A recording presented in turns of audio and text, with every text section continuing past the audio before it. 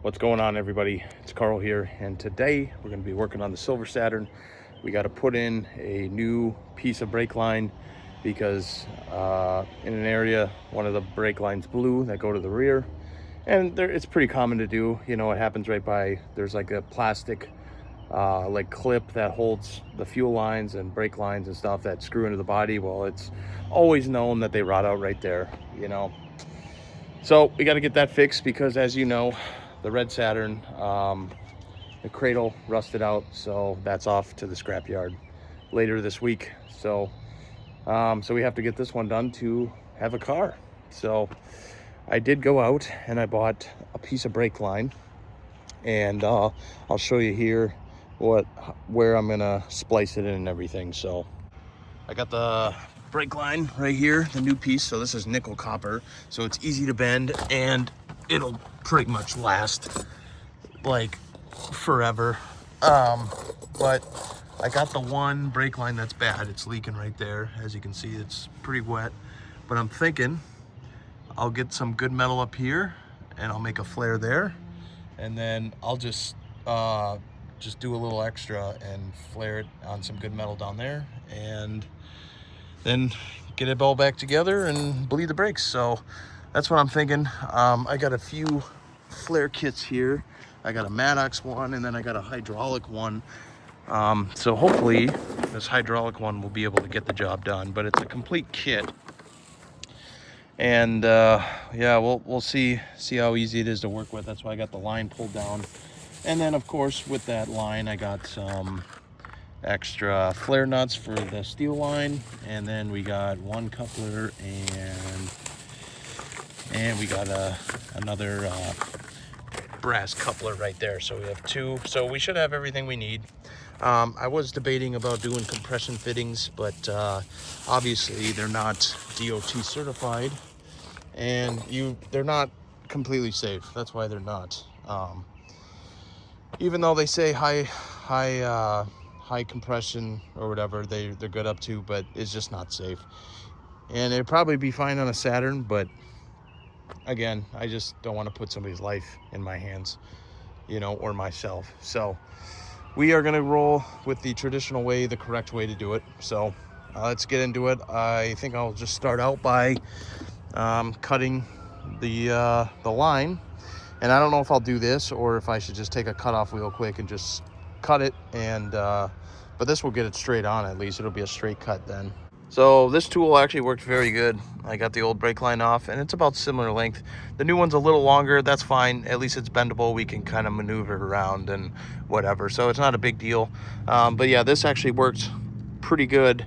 I mean, I've done stainless steel lines, and I swear stainless steel lines are just a lot harder than regular mild steel lines. So yeah, it worked good. I'm pretty happy with it. So now we're on to getting the right flare tool deal on there, on the hydraulic, and see if we can flare these ends quick. And I know in these kits they always have, at least in the other one, I know in the Maddox kit there's like a deburring tool, you know, because the inside, yeah, right here, the inside of the tube, since it's kind of a rougher cut, you can just deburr it quick, make it look nice, and get it ready, because you can see how it kind of comes out there. That'll just clean it up a little bit, and then yeah, we'll be ready to flare.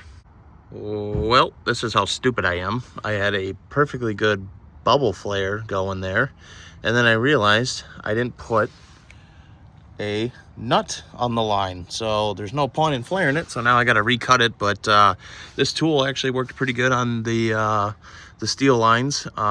Yeah, like I said, with the stainless steel with this tool, man, it just seems like it can't hold on or whatever.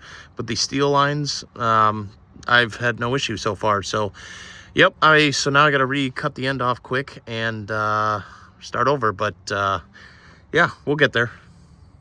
Okay, so I got the first flare done, and it doesn't look pretty, but I got to put the phone down here, I think.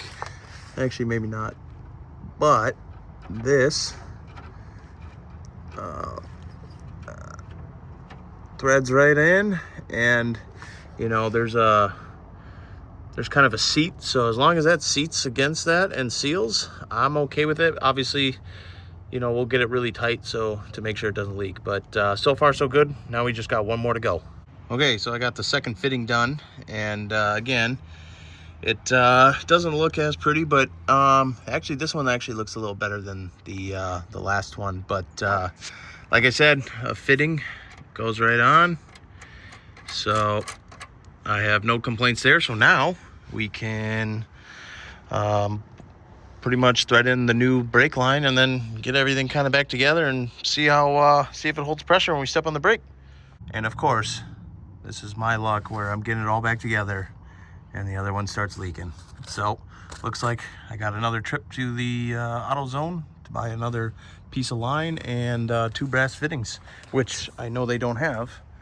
I think they were out of them, so because I bought the last 2, so unfortunate. Okay, so I had to go to O'Reilly's to get 2 more fittings and another piece of line, and now I had it all back together and I tested it and stepped on the brake pedal, and it's leaking from the fittings, and I had them pretty tight and to make sure that, you know, but I was looking at the one I got from AutoZone and I can see that circle is not completely perfect, and I'm gonna wonder if, you know, there's shitty fittings and whatever, you know, they're not that expensive. But so I found another solution, and I'm gonna kind of just do a whole Haggard garage bullshit on this because I'm kind of done with this job. Is Permatex makes a pneumatic hydraulic sealant that's good for, you know, brake fittings and all that, and I guess there was good reviews online for kind of my problem. So we're going to use some of this, we're going to put it on the threads, and then we're going to get at least one end back together, and then we'll move on to those and do the same thing and let it cure for 4 hours. And because I think it says up to 4 hours. This thread sealant fixtures in approximately 4 hours and fully cured in 72 hours. So yeah, so we're just going to get this done. We'll just let it sit overnight at this point, and it should be well on our way. So I'm gonna get some on the threads and get them all lube coated up and see what happens. All right, I got one end done, and if it focuses here, which it probably won't, but I put a little extra on, so hopefully that seals up nicely and we should be good to go. Like I said, it's a Saturn, like it's not gonna have that much pressure, you know, but so let's get the front done now, get it all cleaned up and ready for that stuff, and then we just sit and wait pretty much. Got this side done. I got a big worry about this fitting, and that, you know, this one right here going into there. I don't know, just some reason that fitting just seems a little oversized than it should be, compared to this one, even though it's the same exact thing and, you know, the threads work and everything, but it feels like this one's is like stripping out, which is a problem.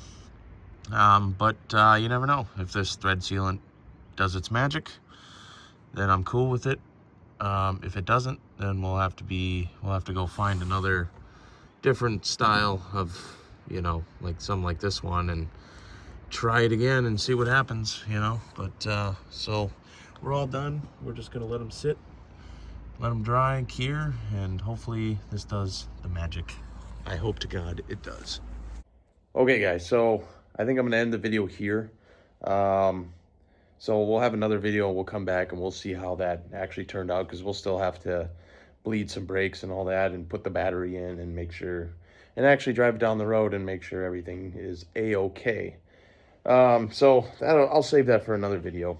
But yeah, this whole situation, man, like the 2 things that I hate fucking doing, and like on cars, is doing brake lines and sometimes electrical. I would say electrical too, but you know, sometimes it's actually not that bad. But yeah, it's just like the 2 just worst things ever, you know.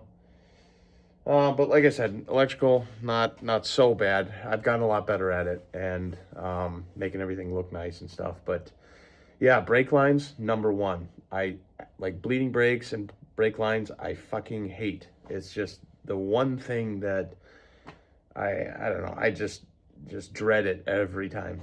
But that's all right. Yeah, but this whole situation is just yeah, it's just sucks because I lost a car. Now I'm forced to fix this one as fast as possible. And what I thought would have been a 2-hour job max is now coming back to bite me and fight me all the way to the end. And hopefully we win. So thanks for watching, everybody. Please like and subscribe. I'll see you guys in the next one.